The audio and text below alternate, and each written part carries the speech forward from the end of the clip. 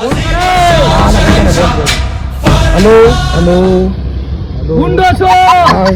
अरे हमने तेरे बाप ले को पड़ा है रुपया मोकला गल्ला 5 रुपया બસ